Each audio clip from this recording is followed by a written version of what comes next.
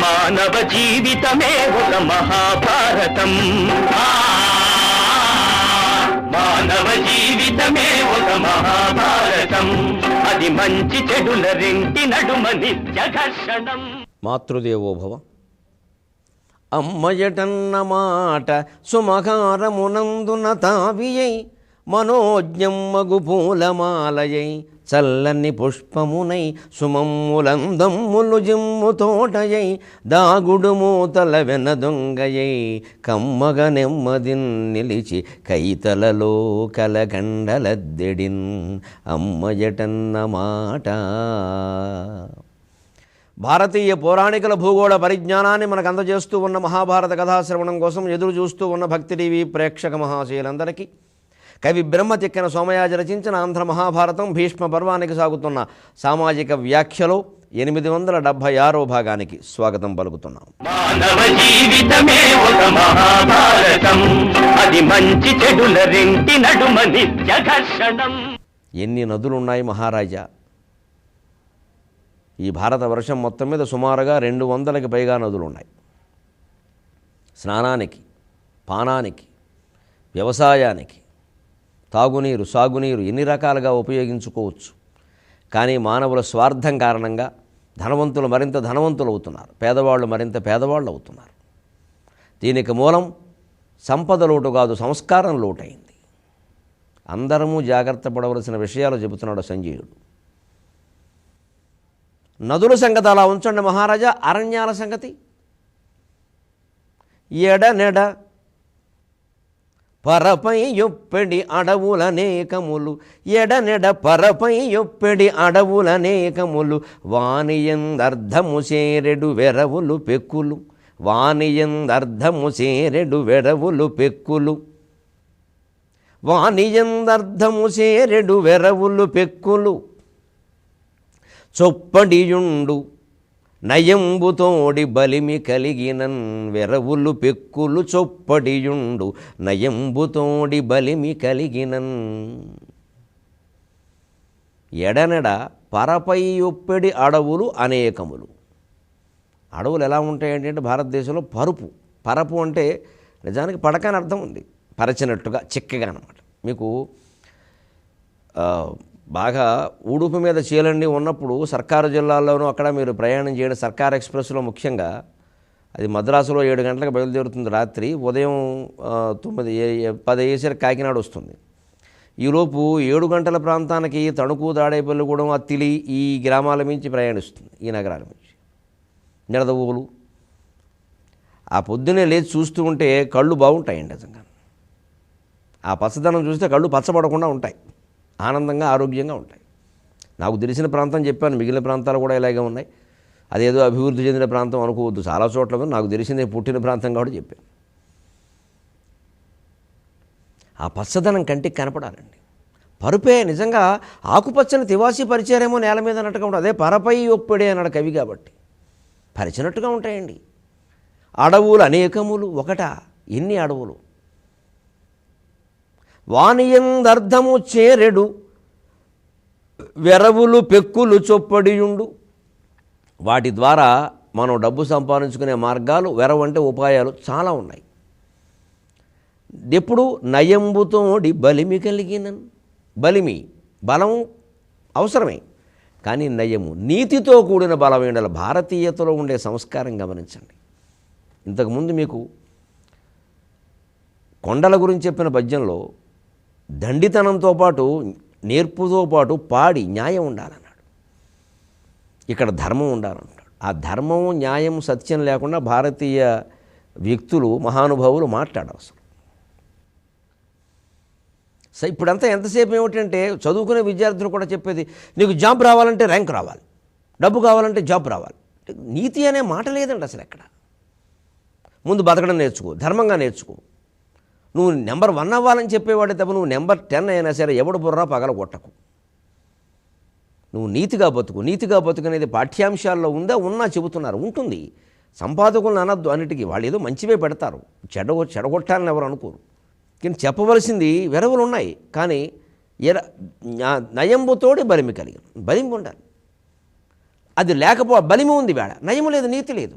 దాంతో ఏమైంది? ఫలములకు, ఔషధములకు, వంటకు, ఇంటికి కల్పవృక్షమై, ఫలములకు, ఔషధములకు, వంటకు, ఇంటికి కల్పవృక్షమై, కలగలుపై నరావళి నఖండముగా భజించు భూమి కుంతలమిది వన్యసీమ.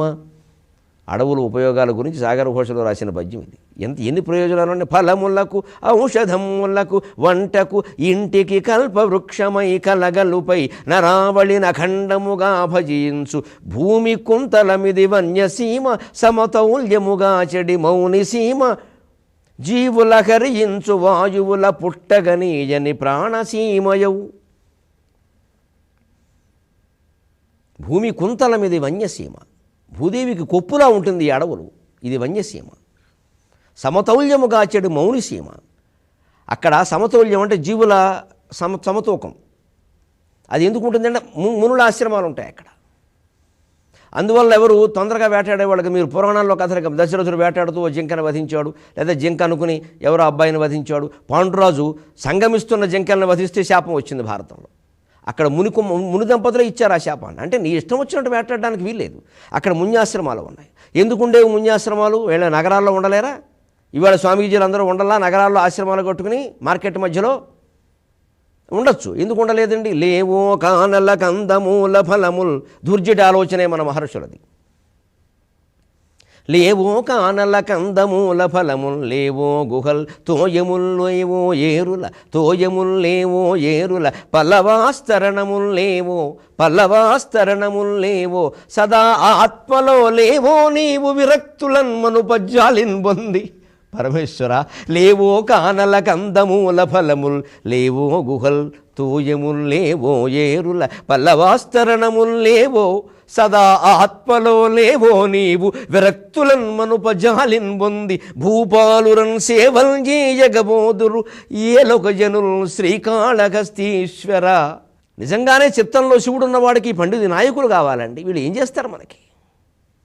లేవో కానల కందమూల ఫలములు. మనిషి తినడానికి మధ్యాహ్నం 4 పళ్ళు, పొద్దున 2 పళ్ళు చాలు, అంతకంటే తిన్న అరగదు. అడవుల్లో పళ్ళు దొరుకుతాయి. లేవో గుహలు, పడుకోవడానికి గుహలు ఉన్నాయి. పట్టుపరుపులు అక్కర్లేదు. పట్టుపరుపులు ఉన్నా నిద్ర పట్టట్లేదు ఆస్తుల కారణంగా. ఇది కావాలి, అంతే. అది చెప్తే అయిపోయాయి. ఇక మామూలు వాళ్ళమే అయ్యాం మనం. తపస్సు ఎందుకు? ఆ తపస్సు చేసే ధైర్యం లేక, నిశ్చలం లేక, నిగ్రహత్వం లేక, స్థైర్యం లేక. వాళ్ళు అక్కడ ఉన్నారు కాబట్టి పూర్వం కణ్వాది మహర్షులందరూ, వశిష్ఠాది మహర్షులందరూ మహారాజ్యాలు, మహానగరాలు వదిలేసి ఆశ్రమాల్లో ఉన్నారు కాబట్టి అక్కడికి రాజులు వేటకెళ్ళినా వణుకుతూ వెళ్ళేవారు. దాహమేసి ఆశ్రమానికి వెళితే చెప్పులు తీసి వెళ్ళేవారు 10 మైళ్ళ దూరం నుంచి. జీవుల వధ జరిగేది కాదు. అందుకని సమతౌల్యముగా చెడి మౌని సీమ, జీవుల హరింపనీయని వాయువులు పుట్టగనీయని ప్రాణసీమయవు. జీవులను హరించే రకరకాల కార్బన్ డైఆక్సైడ్ వంటి కలుష వాయువులన్నీ ఉన్నాయే, అవన్నీ ఆ వృక్షాలు హరిస్తాయి అడవుల కారణంగా. అలాగే జీవులకు బతుకు అవకాశం కల్పించినటువంటి అద్భుతమైన సీమ, వనసీమను నాశనం చేసుకున్నాం ఇవాళ. ఆ అడవుల్లో ఉండే సంపదని అక్కడ శ్రమ కోర్చి సంపాదించేవాళ్ళు గిరిజనులు. వాళ్ళని బాధ పెట్టకుండా మనం తీసుకోవాలి. ఎవరికైనా ఉందా అన్యాయం? వాళ్ళకేమో కష్టపడి వాడు కస్తూరి సుగంధం సేకరిస్తే రూపాయి ఇవ్వడం, అది తీసుకొచ్చి 100 రూపాయలకు అమ్మేయడం. ఇక్కడ ఆ బడుగు బలహీన వర్గాల వాళ్ళు, అమాయకులు, వాళ్ళకి చదువు రాదు, సంధ్య లేదు, వాళ్ళు ఏదో పాపం గుడ్డ కట్టుకోవడం కూడా చేత కాదు, బతుకుతున్నారే. వాళ్ళని మనం బతికించాలి, వాళ్ళని 10 మందిని పోషించాలి. అసలు దొరా అని వాళ్ళు అంటుంటే నిజంగా కడుపు నిండిపోతుంది కదండి. అన్నం ఎందుకండి? ఆ పేద ప్రజల దగ్గరికి కోటీశ్వరులను ఒక్కసారి వెళ్ళి కూర్చుని వాళ్ళ మధ్యలో ఉండమనండి, ఎంత ఆనందంగా ఉంటుందో. ఇప్పుడు ఈ అందగత్తెలందరూ అప్పుడప్పుడు వాళ్ళ పుట్టినరోజు నాడో ఎప్పుడో కానీ ఈ అనాథాశ్రమాలకు ఎడుతూ ఉంటే ఏదో 2 యాపిల్ పళ్ళు పంచి పెడతారు. ఆ రోజు వాళ్ళు చాలా అందంగా ఉంటారు. కొత్త అందం వస్తుంది. ఈ వంపులు తింపులు కంటే అందం బాగుంటుంది. పేద ప్రజలకి దాన ధర్మాలు చేసినప్పుడు వాళ్ళ మధ్యలో కూర్చున్నప్పుడు, ఓ వికలాంగుల మధ్యలో కూర్చున్నాం, ఓ అనాథల మధ్యలో కూర్చున్నాం, ఎంత ఆనందంగా ఉంది. వాళ్ళందరూ అక్క అన్న అని కూడా పడుతుంటే అంతకంటే ఆనందం ఉందా? మనం సాహిత్యాన్ని అందించినా, సంపదలను అందించినా అందించవలసింది ఆ వర్గాలకు కదా. సంపన్న వర్గాలకు ఇంకేమిటండి అందించేది?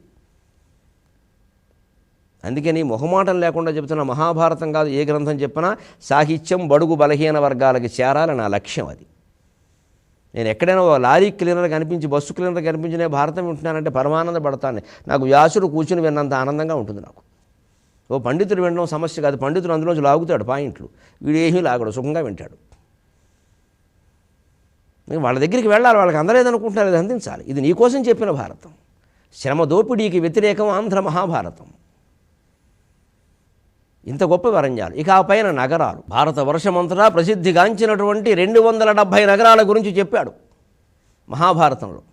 అందులో కొన్నింటిని ప్రత్యేకంగా శేషపద్యంలో చెప్పారు. ఎంత అందంగా చెప్పారు. ఒక్కసారి విద్యార్థుల చేత ఈ పద్యం కంఠస్థం చేయిస్తే ప్రాచీన కాలంలో ఉండే ముఖ్యమైన నగరాల పట్టికంతా వాళ్ళకి తెలిసిపోతుంది ఒక్క పద్యం. పాంచాల పాండ్య బర్బర కిరాత అభీర కురు విదేక విదర్భ కుకుర గౌళ గాంధార మగధ కొంకణ కళింద పుళింద సింధు సౌవీరాంధ్ర చేది చోళ సాముద్ర సాళ్వ కోసల కళింగ కుళింగ వంగ సౌరాష్ట్రాంగ వత్స మాత్స్య శూరసేన సుదేష్ణ సింహ కాశ కరోష లాట కర్ణాట మాళవ వరాట కుంత కుంతలావంతి ఘూర్జర కుహ్నక త్రిగర్త బహుధాన యవన టేంకణ దశార్ణ పుండ్ర బాల్లిక ద్రవిడ కంభోజ హూణ కేకయ వసాతి కాశ్మీర కేరళములో మన తల్లి భరతాంబ మతి శారదాంబ మన కామె జగదంబ మధుమత్కదంబ మన తల్లి దేహము మధుర గేహము మన ప్రేమ ఆగేకమందు స్నేహము మన భారతీయత మానవత్వయుత మన జాతి ధీయుత మహనీయ కవిత మన మహర్షుల బుద్ధి మహిత ఆత్మసిద్ధి మన చిత్తశుద్ధియే మన సంపదృద్ధి మన తల్లి భరతాంబ మతి శారదాంబ మన కామె జగదంబ మధుమత్కదంబ. 57 నగరాల పేర్లు చెప్పాడండి శేషపద్యంలో.